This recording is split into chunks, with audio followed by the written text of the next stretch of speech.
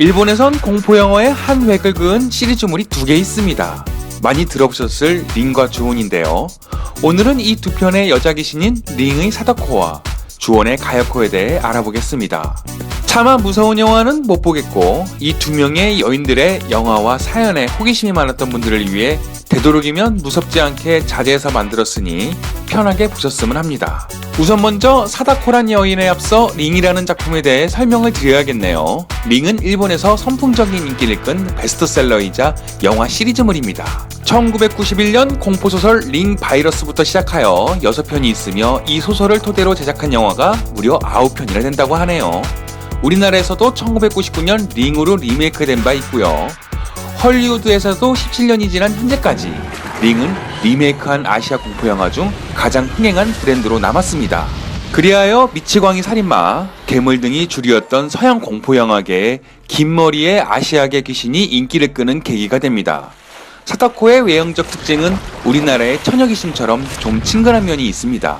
하얀 소복에 긴 머리, 이런 류의 귀신은 오래전부터 우리 머릿속에 있었지만 사다코는 이런 유형의 귀신 중 선풍적으로 인기를 끈 귀신이지 지금까지 우리가 생각했던 귀신의 외형과는 썩 다를 게 없습니다. 단, 그녀가 인기를 끈 계기는 흥미로운 줄거리와 매우 독창적인 등장신 때문인데요.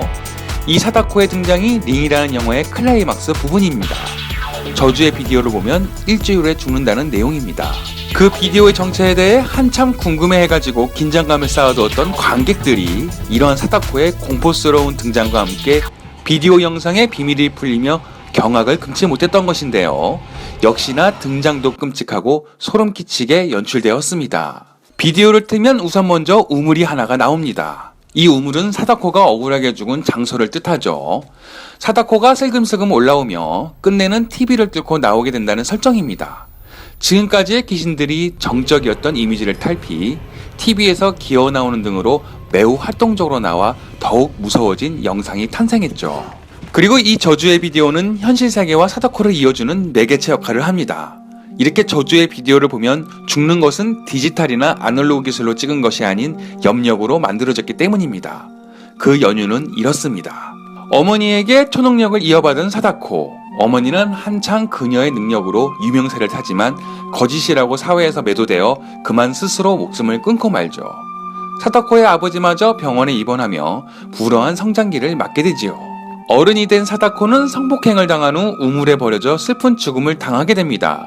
그리고 그 원한으로 사다코는 자신의 능력, 즉 연파로 저주의 비디오를 만들게 되지요. 어느 날 젊은 남녀 4명이 같은 시간에 심장마비로 사망하는 일이 벌어지고 그것이 우연이 아니라는 것을 안 료제와 아사카와는 비디오를 분석하여 그들이 다녀온 간나미 별장 지하에 그녀가 죽은 우물이 있는 장소임을 알게 되고 사다코의 시체를 찾고 한을 풀어주어 잠시 안심하고 있었습니다. 그러나 뜻밖에도 료지는 일주일 후에 죽게 되지요. 설상가상으로 아사카와의 아들이 이 비디오를 훔쳐본 것을 안 그녀는 패닉 상태에 빠지게 됩니다. 자신은 하고 료지는 하지 않았던 어떤 행동이 무엇이었는지 되짚어보는 가운데 자신이 복사한 비디오 테이프를 아들이 본 것에 단서에 착안, 비디오를 복사하여 다른 사람에게 보여줘야 이 저주가 풀린다는 것을 알게 되면서 더욱 쇼킹한 결과를 맞게 됩니다. 그래서 링의 원작이 왜 링 바이러스인지 사뭇 알게 되는 대목입니다. 아무튼 사다코의 등장 영상은 당시에 많은 화제를 불러일으켰고 동서고금을 막론하고 패러디나 아류작에 나올 정도로 센세이션을 일으켰습니다. 그 다음 주온에 나오는 가야코입니다. 주온의 인지도가 높아진 것은 이 이불 등장신인데요. 이불 밖은 위험해란 유행어를 물색하게 역시 이불 안도 상당히 위험하다는 것을 알게 한 영화입니다. 이 영화를 본 관객들은 한 번쯤 자기 전 이불을 들쳐볼 만큼 센세이션을 일으키기도 했습니다. 그리고 가야코가 등장하기 전 트레이드 마크인 이 사운드가 제법 익숙한 영화입니다. 전통적으로 귀신의 모습이 잘 드러나지 않았던 일본 호러 영화는 달리 이 주온이라는 시리즈부터는 귀신이 적극적으로 등장하게 됩니다.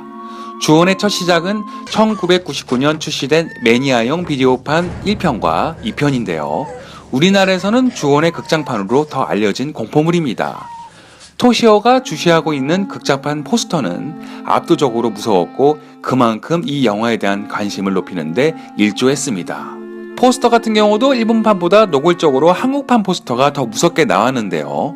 공공장소에서 주원 포스터를 내려달라는 민원이 쇄도했을 정도라고 합니다. 아무튼 비디오판의 호응으로 인해 2002년과 2003년에 극장판으로 제작되었고요. 2009년 주원 원혼의 부활이라는 제목으로 속편이 개봉되었습니다.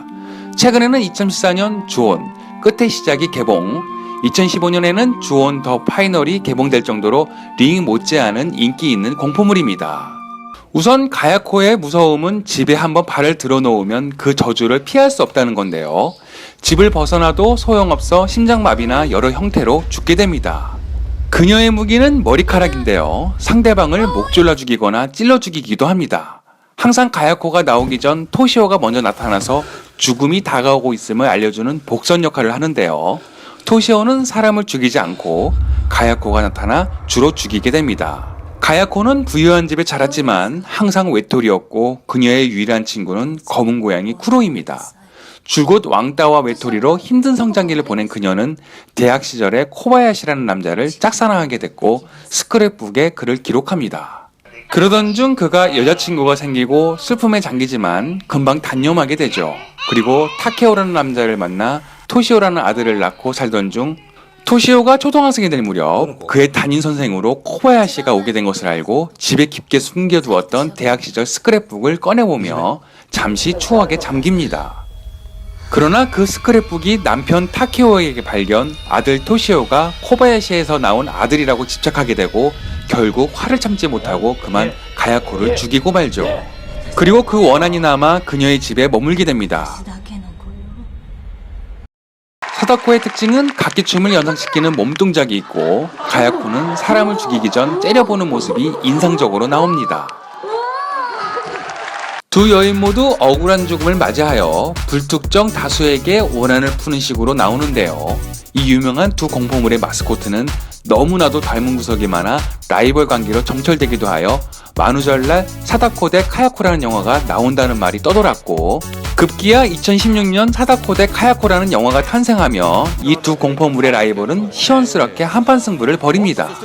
과연 승자는 누가 될까요? 승자가 누가 되든 이 두 영화의 값진 교훈은 어쨌거나 저쨌거나 여자분들에게 원한 살만한 짓은 하지 말자인 것 같습니다. 자신의 이불장에 하얀 소복을 입은 처녀 귀신이 나오지 않게 하기 위해서 말이죠. 다음에 또 재미있는 영화 주제로 찾아뵙겠습니다. 애플맘TV였습니다. 흠이 무서운 그